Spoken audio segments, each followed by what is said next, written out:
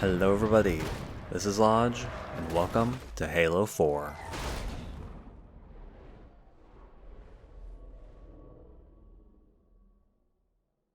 Today I am finally back to talking about another Halo game and how it holds up so many years later. Finally, at the end of the 360 Halo games, here we are with Halo 4. Halo 4 initially came out in 2012, 10 years ago, and it is the first Halo game developed without Bungie being present at all. Bungie left after Reach to go on to do other things, but Microsoft didn't want Halo games to stop being made, so they formed a new studio to create them, and that studio is 343 Industries.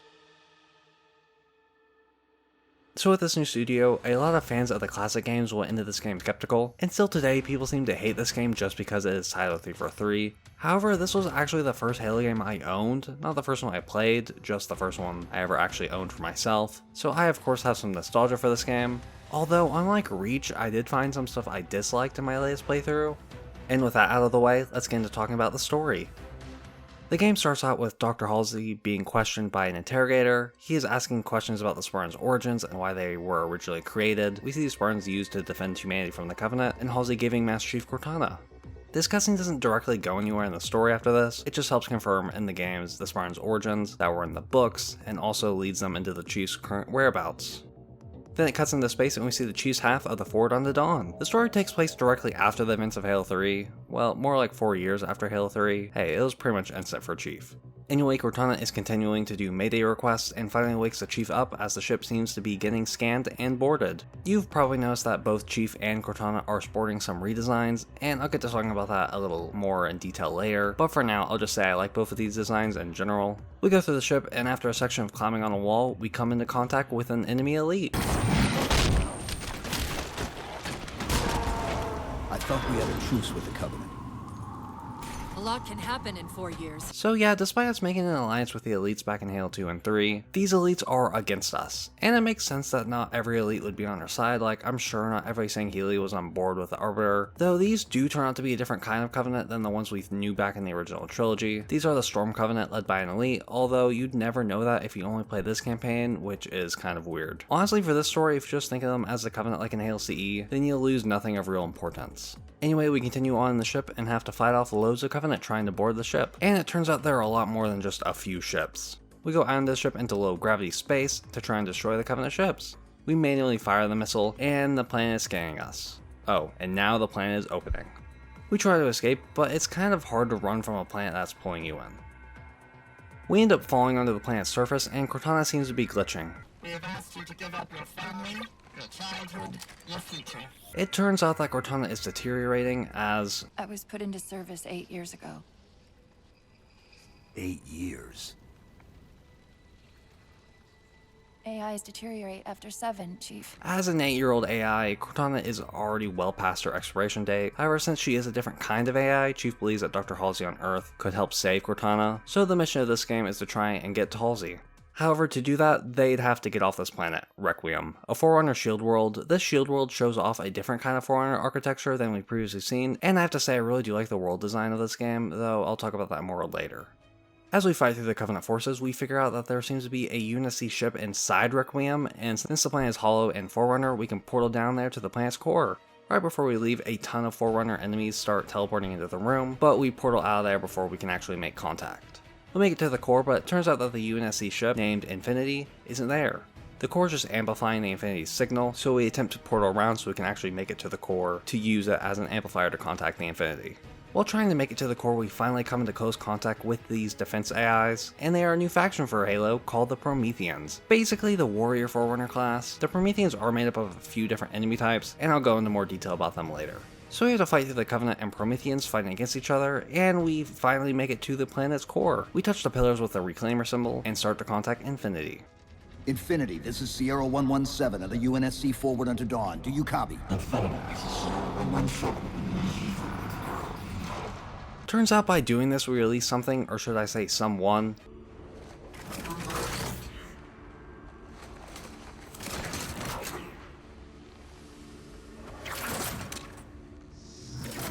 This is a living Forerunner, one that absolutely hates humanity, and he can use the Force. The Covenant seem to obey the Didact as they finally found their god. Even these beasts recognize what you were oblivious to, human. We get tossed around and the Didact removes the core, causing a slipspace rupture that makes the core of the planet crumble, and we have to escape by using a ghost powered up by Master Chief's shields to get away. Once we escape through a portal, we see that the Infinity was also sucked into the planet as well. As these are the first people we've seen in the whole game, we of course go try to find them, but the Didact is interested in them as well, so we all go towards its landing. Now, with the Didact and Covenant working together, the Infinity can't last much longer holding their own, so we go into the jungle to help them out. We eventually find some of the crew from the Infinity, those being Commander Llodg, Sarah Palmer, and other Spartans. That's right, for the first time playing as Master Chief, we see other Spartans. And these are a brand new type of Spartans, Spartan 4s. It's pretty cool to see more Spartans, and then being mass-produced Spartans makes sense in this universe. Now that we are joined up with the crew, we go to save the Infinity from the Didact's clutches by going in with a tank, and then going into the Infinity with a brand new vehicle, the Mantis, which is basically a mech that can shoot a machine gun, missiles, even on shields, and can crouch. We destroy some Covenant cruisers and fire a Mat gun at the Didact to make him run away. We then meet with the captain of the Infinity, Del Rio, and he doesn't care about stopping the Didact, he just wants to leave. He's also kind of rude to the Master Chief, like the Chief didn't sacrifice everything to save the universe and all of them 4 years ago.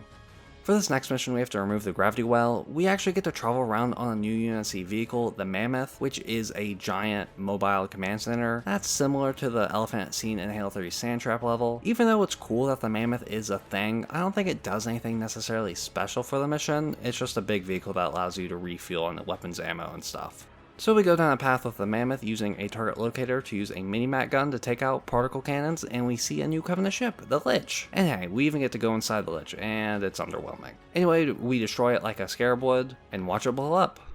Eventually we have to go on our own into a Forerunner structure to disable the rest of these guns, and Cortana is just straight up taken, so we go to find her and get transported, and after going into a beam of light we see another Forerunner, the Librarian. She is the Didact's wife and wants humanity to continue on and lead the galaxy. If you want to know more, there are these cool books you can read.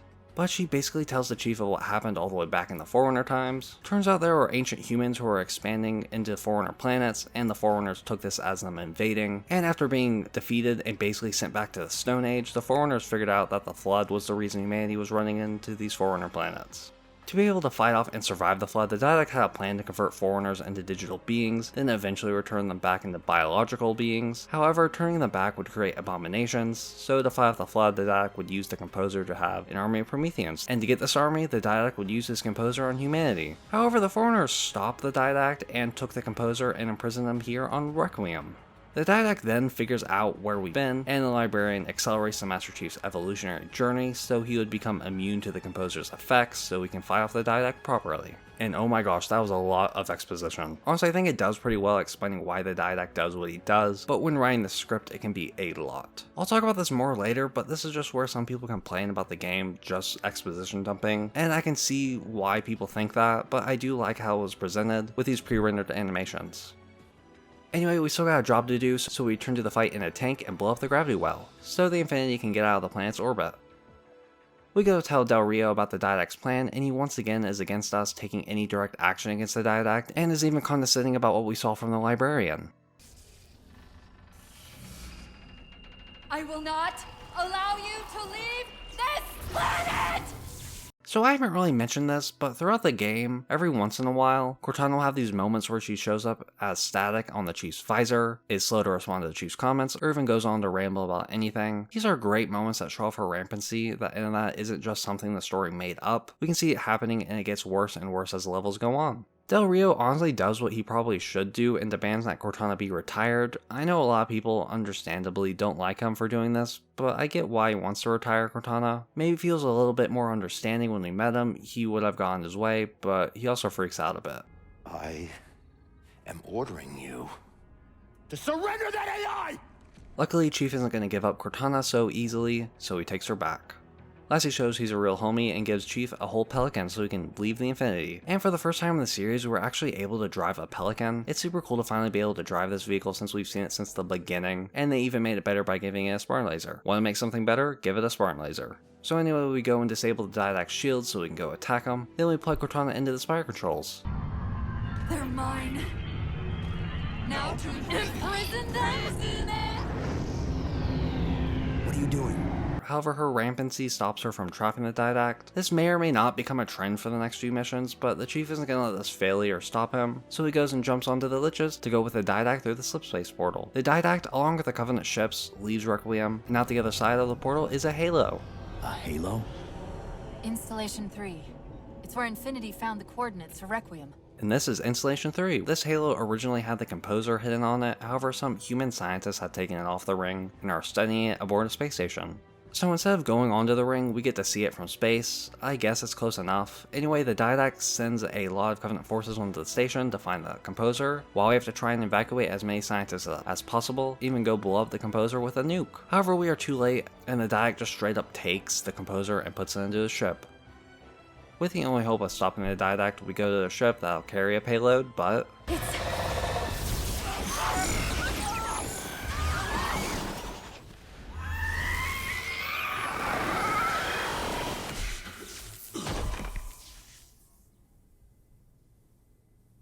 In one of the freakiest cutscenes in all of Halo, the Didact just composed every single scientist and other personnel on the station. They are all instantly turned into dust and digitalized, except for the Chief. Cortana could only watch as she could do nothing to stop all these people from dying. It's definitely a scary part of the game and shows how deadly the Didact is with this weapon. Luckily, the Master Chief is now immune to the effects of the Composer, so he's fine. Well, as fine as he can be after seeing everything that just transpired.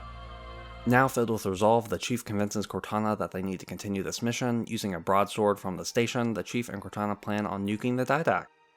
I'm honestly not sure how they made it to the Didact before he portaled away, but they make it to stow away on the Didact ship to go on a trench run to blow up the Composer. This is a really cool section where we are once again able to fly a ship in space. Well, kind of in space, but this is definitely one of my favorite sections of the game, and it really reminds me of Star Fox. The Didact is able to make it to Earth before we can actually make it to the Composer, and it turns out that the Infinity is also at Earth, and Lasky is now the new captain. Apparently the UNSC didn't like Del Rio leaving the Chief stranded on Requiem. Can you imagine being some of the people on the Infinity? Well, we left Chief on Requiem. What do you mean he's already at Earth?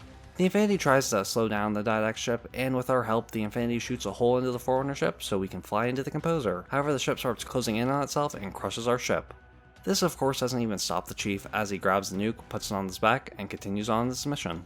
As Cortana is breaking down more and more, Chief closes in on the Didact, and Cortana figures out the only way to break down the Didact's barriers is for Cortana to give in to her rampancy and split her rampant personality spikes into the system to overwhelm the Composer's shields. After doing this a few times, the shield finally goes down, however we are a bit too late. And yet, still you fail.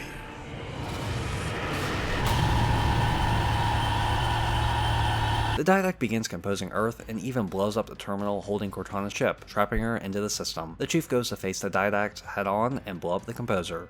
You persist too long after your own defeat. Come then, warrior. Have your resolution.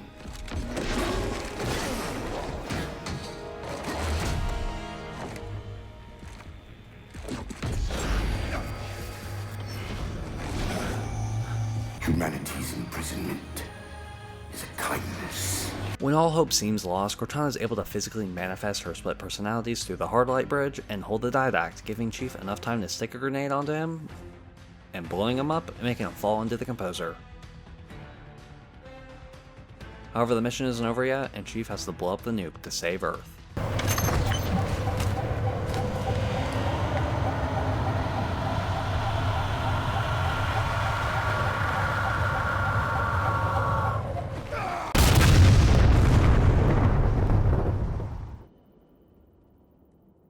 Cortana was able to save the Chief by using the hard light from the ship, however most of her was still in the ship, so this is her death. Chief couldn't save Cortana and bring her to Halsey. He might have saved Earth, but he failed Cortana. After a heartfelt goodbye, Chief once again drifts off into space to be found by Infinity. Lasky and Chief have a really nice conversation, honestly one of my favorites in the series. It seems to set up the question of what Chief will do next. Will he try to be less of a machine and become more human? The game ends with a speech from the Didact, and you can see how the Chief, even after losing Cortana, still carries on somewhat normally around the other UNSC members. We don't know what will come next, but we are ready for whatever life throws at us. And that's the story of Halo 4. Honestly, it's one of my favorite Halos, if not my favorite story. Replaying it really reminded me of what I loved about this game. The story of Chief and Cortana is just one of my favorites, and the didact, even though he isn't as present in the game as I would have liked, is great. I need to say it now before I forget, but the voice actors for this game really did a wonderful job. Steve Downes and Jen Taylor as Master Chief and Cortana respectively did such a good job. It's definitely my favorite performances out of all of the Halo games, and I know some people don't like Master Chief talking a lot and prefer him keeping it to himself, but for this game's story, I think it works really well as he has some of my favorite lines with Cortana. Look, don't think about the didact. Don't think about the composer. Only focus on finding me, Tilson. Also, we saw some pretty good one-liners in this game. I don't suppose you're any good at clearing LZs. On occasion. The voice actor for the didact, Chief Zarabaka, sorry if I mispronounced his name, did a great job as well, and he has some of my favorite voices in gaming. Time was your ally, human. But now it has abandoned you. The Forerunners have returned.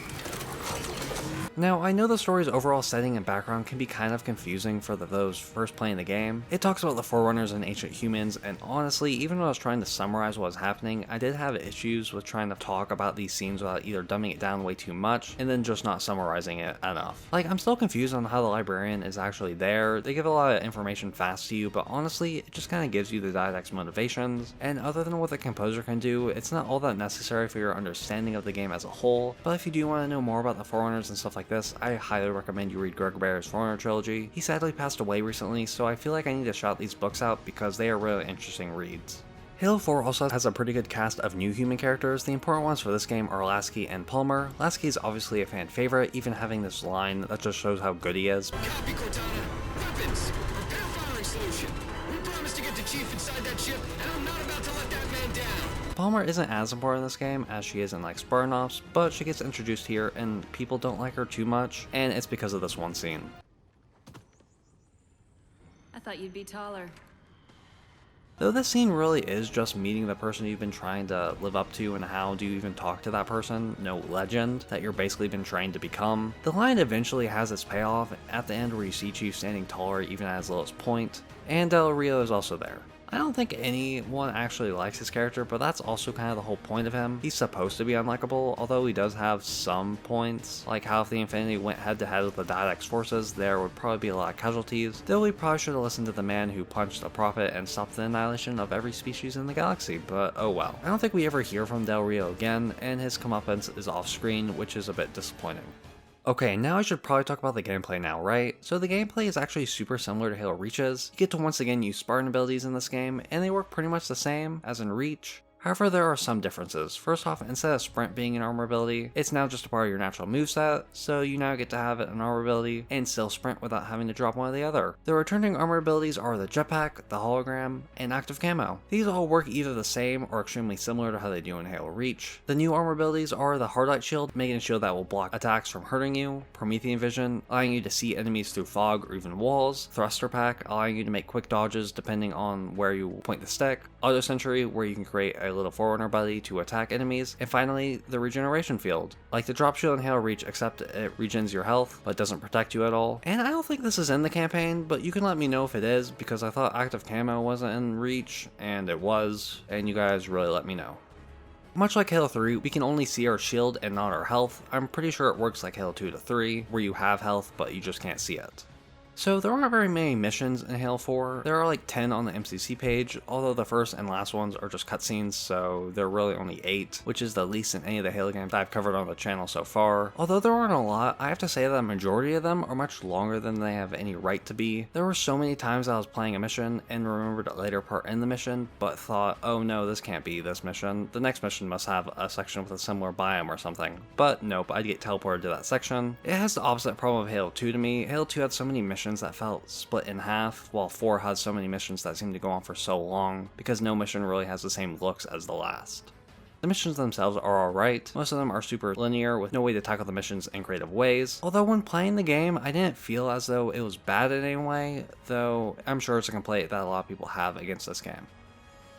Now I should talk about the enemies since you'll need to use the armor abilities on them. First I'll talk about the new faction being the Forerunners. Like I said before, they are consisted of a few enemy types, the Knights, which are basically the main enemy of the faction. They are able to use different Forerunner weapons. That's right, they are brand new weapons for the Forerunners. I'll quickly talk about these weapons as the Promethean enemies can only use those. They're the light rifle, basically a DMR that lets you zoom in so you can do more damage, the suppressor, an assault rifle, the bolt shot, basically a pistol that if you hold down and charge it, it can be used as a shotgun, the scatter shot, it's just a shotgun, bio rifle, it's a sniper rifle, the incineration cannon, a rocket launcher with an awesome name and cool explosion, and pulse grenade, which will be thrown to create a spear that will eventually kill you. These weapons, while the idea of having more Forerunner weapons is cool, are really just lame, especially compared to how they are used in future installments. They are just variations of other types of weapons, with little to make them unique outside of how they look. Anyway, back to the Prometheans. So the Knights can wield any one of these weapons except for the bolt shot, and there are different classes of Knights, like elites. The basic Knights will be holding either the suppressor or light rifle, while the higher rank ones can use the scatter shot, incineration cannon, or even worse of all, the binary rifle. You can tell what the different classes are: regular Knight, Knight Lancer, Knight Commander, and Knight Battle Wagon. There are more than 2 classes of Knights? I honestly don't even know what a battle wagon is. You can tell when the Knight is a higher rank honestly just by the colors and their back armor pieces for that flare up. I'm sorry if I don't show them off that well, I'm just stunned that the battle wagon is an enemy name. The Knights also use a lot of different abilities such as shooting, firing a grenade, teleporting, and doing a fast teleport towards you to smack you. They are pretty fearsome enemies. Now onto the crawlers. They can wield either the bolt shot, suppressor, or occasionally a binary rifle. You can tell that they have a suppressor because they have these spines on their back. You can tell that when they have a binary rifle because they have a circle aiming thing on their head. They are also pretty easy to take down as they have no real shields, but as their name suggests, they can crawl everywhere. Now we have the Watchers, which are these flying butterfly looking things that can only wield a bolt shot. While they are fairly weak and will fly away if you fire on them, they can provide support to their fellow Prometheans, such as them giving a hard light shield or even reviving the Knights, which is really uncool of them.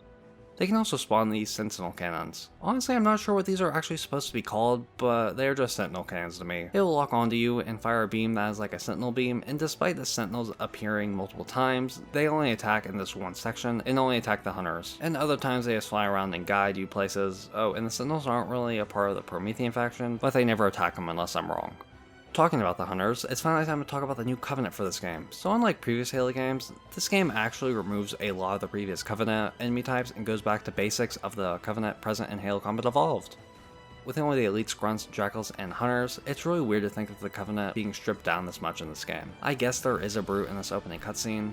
They do work exactly how they do in previous games, though I'm sure they have little differences here and there, but honestly none of them are big enough for me to take notice. The cool thing about this Covenant is that they are supposedly run by the elite named Joel Madama. However, we never see him in this campaign. We also never see them after the scene of he and the Datic officially forming an alliance. We only have this little scene of them bowing, which in my opinion is a missed opportunity since I love seeing stuff like this, but oh well. I'm more surprised that we never see Joel Madama since it seems like they are setting him up to be something big in the universe. His real reveal is in Spartan Ops, but I think it should have been here. Also, let me know if you guys want me to cover Spartan Ops in some way. I'd be up for doing that. Also, I'm kind of disappointed that once the Covenant does join the Forerunners, it goes down to 2 factions instead of the 3 that we're kind of used to, and the Covenant and Forerunners are kind of split in how they're shown in gameplay, so they don't really overlap in a meaningful way.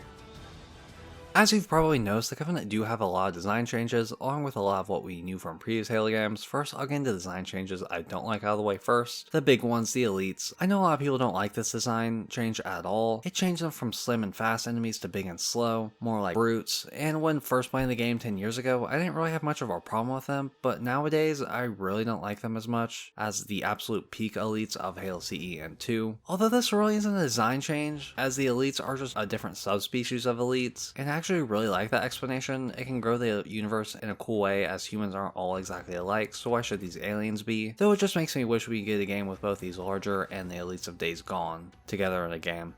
Next, I don't too much care for the grunts. I used to like them, but except for their circular packs, I don't really care for them now. The hunters, I'm not sure if they really changed anything at all that much, so I like them. The one designer that I actually really like is from the jackals. I think this more lizard design is super cool, and I love them to appear side by side with the bird jackals. Now I finally get to talk about the Chief and Cortana design changes. I really do like the Cortana design change, although it really is just making Cortana more of what the designers in CE probably wanted to make her look like, and the facial animations for her are really nice for getting her emotions across. Now for the Chief, I know a lot of people don't like this change. They love his Halo 2 and 3 armor design a lot, and I've gone back and forth between liking and disliking it. Right now I think I do like it. I really enjoy the darker green for his armor and the orange visor. The thing I don't like too much about the armor is that it feels too much like it's armor and stops him from feeling as fast as he was in previous games, but that isn't really that present in this game, so yeah, I think I do like the armor in this game. I think it looks really cool, and I'm sure if you asked someone on the street who this is, they'd say it's the Master Chief.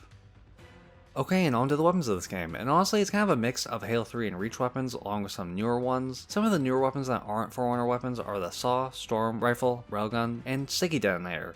The only new weapons I didn't too much like were the Storm Rifle, as it's just a knockoff Plasma Rifle. I do love the rest though, as they are great weapons to defeat your enemies with. Even though the brutes aren't present, the Didact still manages to steal one of their gravity hammers. Also, the Needler in this game is my absolute favorite in any Halo game. The dark purple and bright pink of it are just everything that I need in a Needler. Nothing has topped it yet.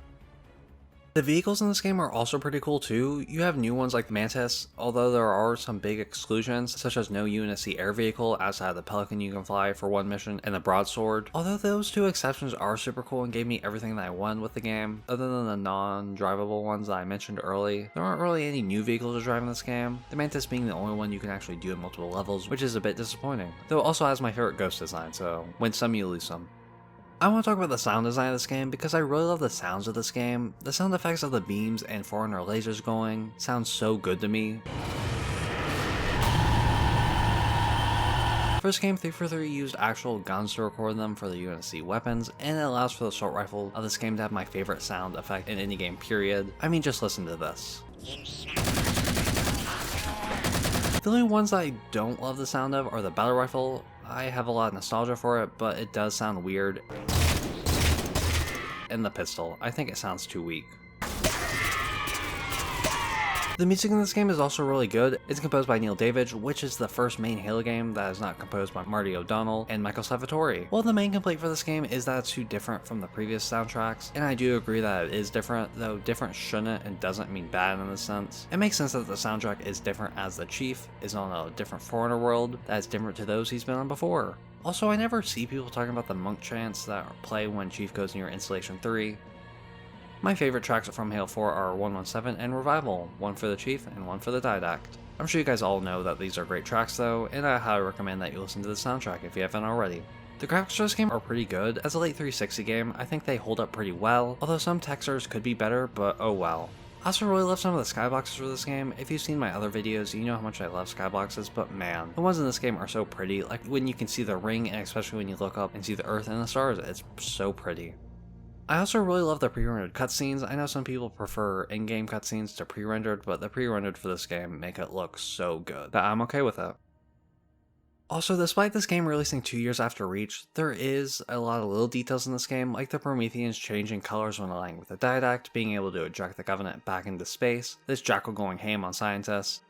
And finally, they do something I love in media. When someone says a word for another word that they use, even when it makes sense to use the other word that they would use, since it would make sense for them. The Didact and Librarian both call Cortana an Ancilla instead of an AI. Even your Ancilla.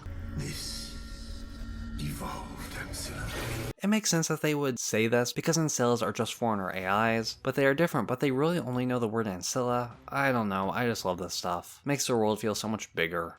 Okay, and now onto my final thoughts that I'm not really sure exactly where I'd put them. First, I think the time skip should have been like 5 years, since Halo 3 was in 2007 and this game in 2012, and always seemed like a no-brainer to me, but I guess it would have been too long of a wait for Cortana to become rampant. Next, I really like Dr. Tilson, and her death will always scar me. Also, for some reason, I have a distinct memory of her being Dr. Halsey and being confused about it, though along the way I figured out that she wasn't, so it's just kind of a weird memory that I have. I really like this part where you first get the thruster pack, since it's a perfect tutorial of how to use it by finding the hunters where you want to dodge around them. Excellent gameplay design. I also wish that this game was delayed 1 year and launched on the Xbox One in 2013. The team could make the game have looked even better, but I would have probably questioned why the time skip wasn't 6 years. And that would have been way too long for Cortana, so I think it worked out in the end. I also did a poll on my YouTube community page asking if you guys liked Halo 4's campaign or not, and it was honestly much closer than I was expecting. I'll do these polls after my playthroughs when beating games to know your guys' thoughts on the game, so thank you for those who voted and even commented your thoughts on it. It was really interesting to hear more perspectives about this game. And that's everything I wanted to talk about with Halo 4, one of my favorite Halo games that I now see has some issues here and there, but also if you don't look ahead at all the things that seem to be setting up to stuff that never got expanded on, I think this is a really fun and good game with an interesting story. This video is hopefully all my thoughts on this game, and I hope I don't forget anything or mess up at all. Let me know if I did, because I'd love to know. Not really, but I kinda need to know. So I hope if anything, this video got you to think about Halo 4 and how it does have positive sides, or maybe you'll even give it another chance, because despite its issues, I still really enjoy this game, and as the first game from a new developer, I thought they did a wonderful job of continuing the series, and I can't wait to see what happens next. What do you mean the next game is super disconnected from this one? I hope you enjoyed the video, have a good day, and goodbye!